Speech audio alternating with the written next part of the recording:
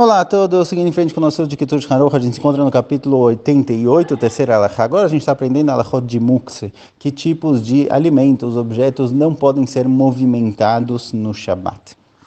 Então vamos lá, terceira alahá. Mahal sheu asur be'achilá mutar be'aná, ve'urau ilegoi kemosheu. Um alimento que ele é proibido de ser comido, existe uma proibição da pessoa comer esse alimento, por exemplo, um alimento que não é kasher, certo? Mesmo que seja uma proibição da alahá que proíbe comer o alimento, mas eu posso ter proveito dele, carne com leite, por exemplo, se eu cozinhei carne com leite junto, eu tenho carne com leite cozidos, isso daqui não pode ter proveito, eu tenho que queimar esse alimento. Mas tem muitos alimentos que eles não são ksherim, mas eu posso ter proveito. Então uma carne não kasher, uma carne taref, não posso comer, proibido para mim comer, mas eu posso ter proveito, eu posso vender ela para alguém. Então eu posso dar de presente para um goi ou algo do tipo. Então nessa situação de um alimento que ele é proibido de ser comido, mas eu posso ter proveito dele, kegon basar mevushad kadome, por exemplo, um pedaço de carne que está cozida. Ou seja, eu posso dar para um goi comer do jeito que está. A carne desse jeito ela é comestível, eu posso entregar para alguém comer sem problema nenhum. Mesmo que eu não possa ter proveito disso,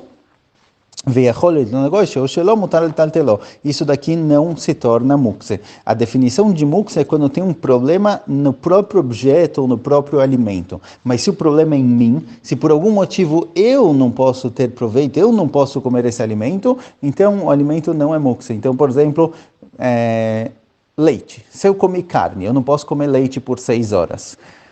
Isso não vai fazer com que o alimento de leite se torne mukse. Tá bom que eu, dono do alimento, não posso comer, não posso agora comer esse alimento de leite, mas isso é um problema meu. O problema é que eu comi carne e eu não posso me alimentar dele nesse momento.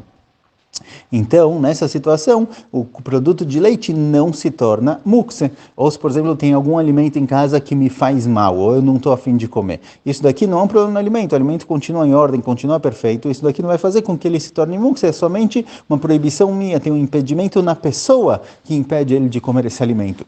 Mas o alimento em si, ele está em ordem. Então, nessas situações, o alimento não se torna mukse.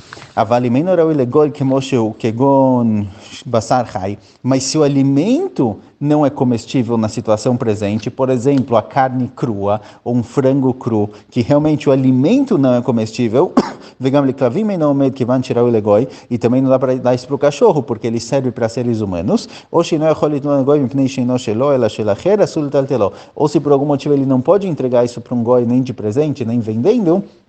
Então, nessa situação, que o alimento por si só não é apto, ele não é comestível, não tem o que fazer com ele, absolutamente nada que dá para fazer com esse alimento, então, nesse caso, realmente o alimento se tornará mukse.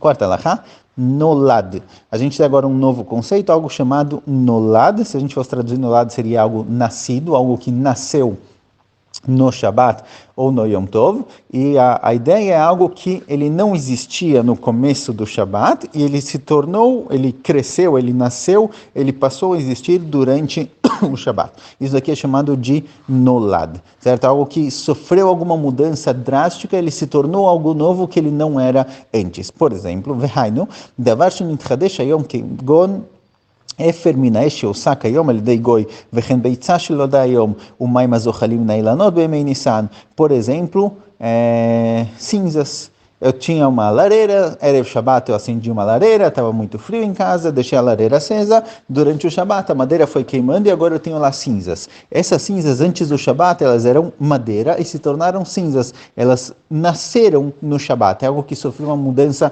drástica. Ou, por exemplo, um ovo que nasceu no Shabat, a galinha botou um ovo no Shabat, esse ovo não estava no mundo antes do começo do Shabat, ele apareceu no Shabat. Ou água que cai das árvores.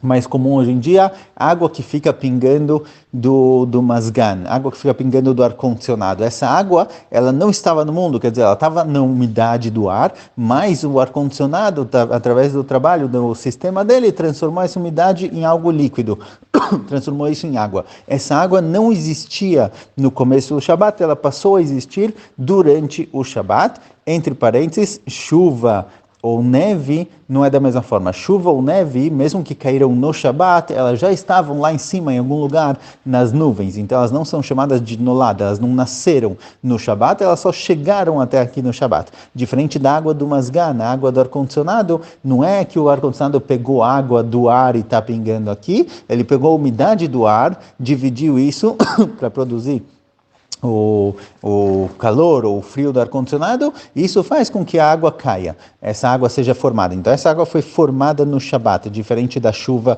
ou da neve. Então essas coisas foram criadas no Shabat.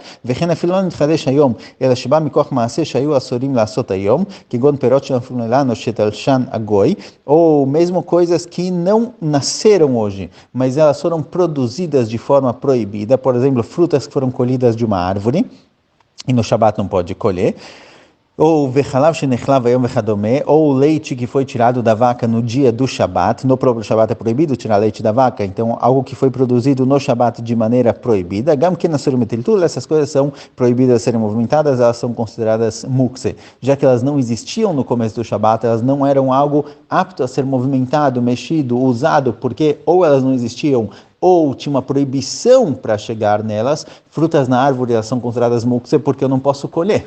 Se eu não posso colher, sai da minha cabeça, eu não tenho intenção de usar isso no Shabat. Então, mesmo que alguém foi lá e colheu essa fruta no começo do Shabat, ela não existia para mim, então essas coisas são consideradas mukse e não podem ser movimentadas no Shabat. Motzei Shabat, depois que acabou o Shabat, elas voltam a ser permitidas, mas durante o Shabat é proibido.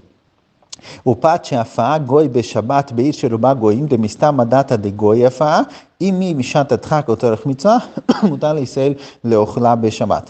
Agora, um pão que foi assado no Shabat por um goi. Um goi que é só um pão no Shabat. A gente viu no passado que tem certas situações onde é permitido comprar o pão de padeiros goim, mesmo que ele não é Yehudi, já que pão muitas vezes ele é feito somente com ingredientes muito simples, não tem risco de ter algo misturado aqui. Então, em certas situações, pat palter, um pão feito por um goi, padeiro que vende para todo mundo, não tem problema de ser comprado. Agora, o que acontece se ele assou no Shabat? Se ele assou esse pão no Shabat, a priori teria um problema de nolad, é algo novo, algo que não existia. Era farinha e água e agora de repente eu tenho um pão no Shabat.